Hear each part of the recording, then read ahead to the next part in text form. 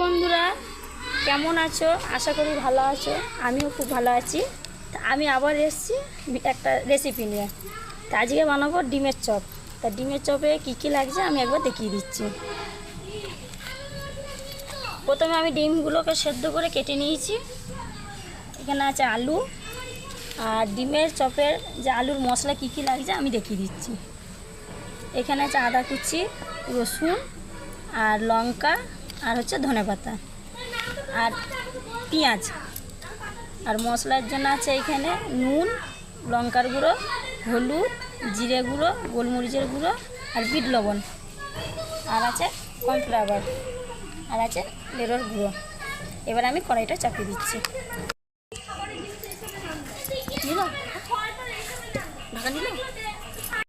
তেল গরম হয়ে গেছে, এবার আমি মশলাগুলো দিয়ে দিচ্ছি একে একে। প্রথমে দেবো আদা, 2 চামচের মতন আদা দিলাম, রসুন দিলাম, আর দেবো কাঁচা লঙ্কা।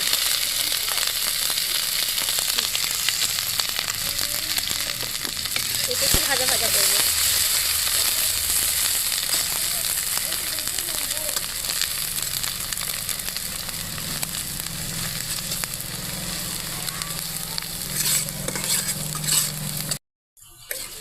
এই আদা রসুনটা লাল হয়ে গেছে, এবার আমি পেঁয়াজগুলো দেবো।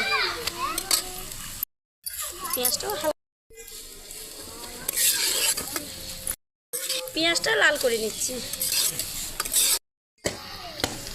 আমার পেঁয়াজটা লাল হয়েছে, এবার আমি মশলাগুলো দেবো।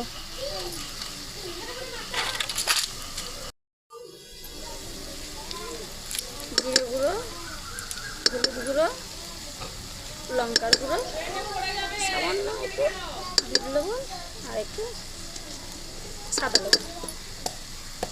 মশলাগুলো এবার ভালো করে ভেজে নেবো।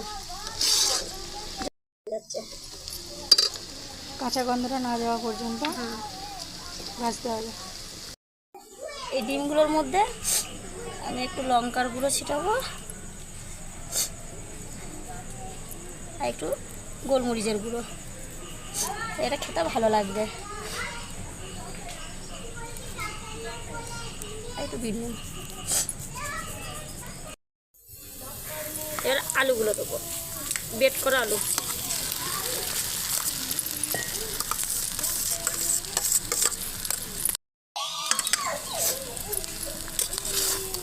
ভালো করে মিশিয়ে নেব।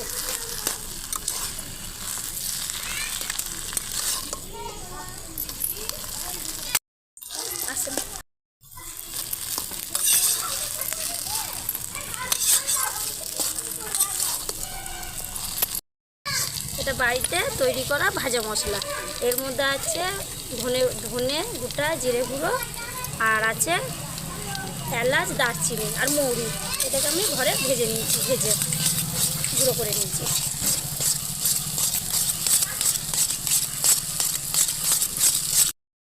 এটাকে ভালো করে মিশিয়ে নেব। আমার এটা ভালো করে আলুর সাথে মশলা মিশিয়ে নিয়েছি। এবার ধনেপাতাটা দিয়ে নামিয়ে দেবো।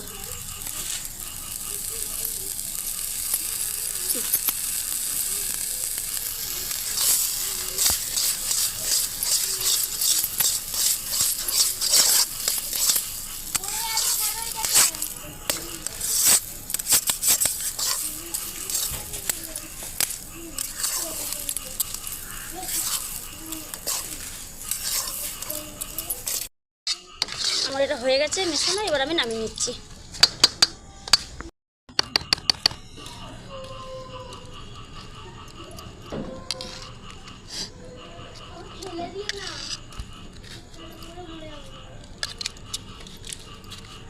এটা আমি নামিয়ে নিয়েছি। এবার এটা কিছুক্ষণের জন্য আমি ঠান্ডা করতে দেবো।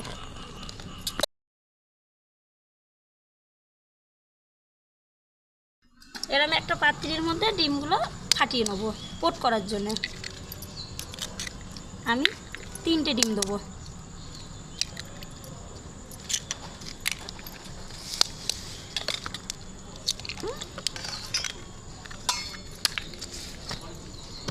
ডিমটার মধ্যে দেবো একটু গোলমরিচের গুঁড়ো, দেবো একটু বিট নুন,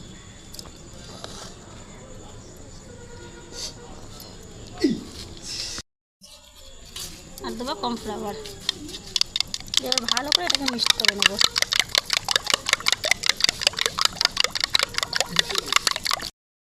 আমার এই ডিমটা ভালো করে মিশানো হয়ে গেছে। এবার আমি এটা একটা সাইডে রাখছি। এবার আমি লেরোর গুঁড়োটা একটা থালাতে ঢেলে নিচ্ছি। এর মধ্যে দেবো একটু বিট নুন, একটু ভালো করে মাখিয়ে নিচ্ছি।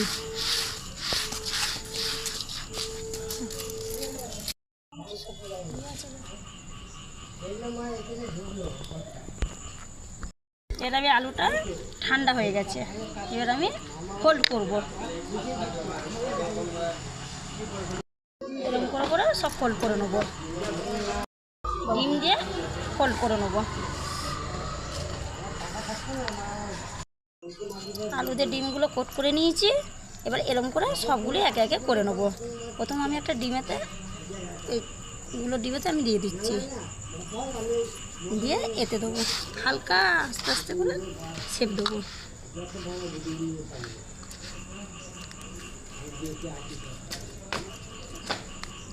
এরকম করে আর একবার দেবো, আমি ডবল কোট করে নেবো, তাহলে এটা একটু মোটা পাড়া হবে আর ভালো হবে।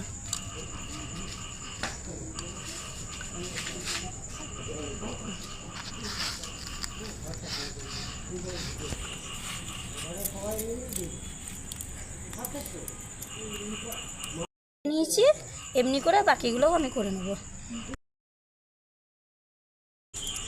কড়াইটা গরম হয়ে গেছে, এবার আমি তেল দিয়ে দিচ্ছি।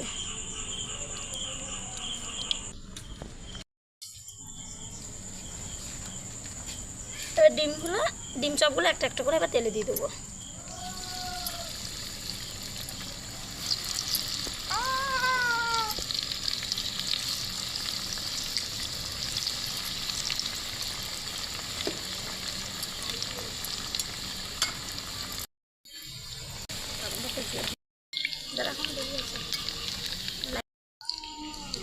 আমার এগুলো ভাজা হয়ে গেছে লাল লাল করে, এবার আমি তুলে নিচ্ছি।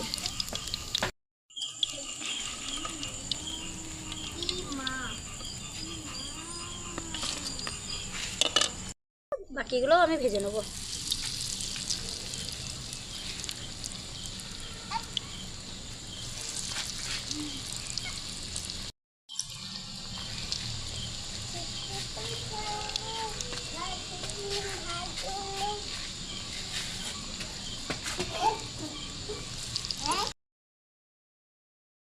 আমার ডিমের চপ রেডি।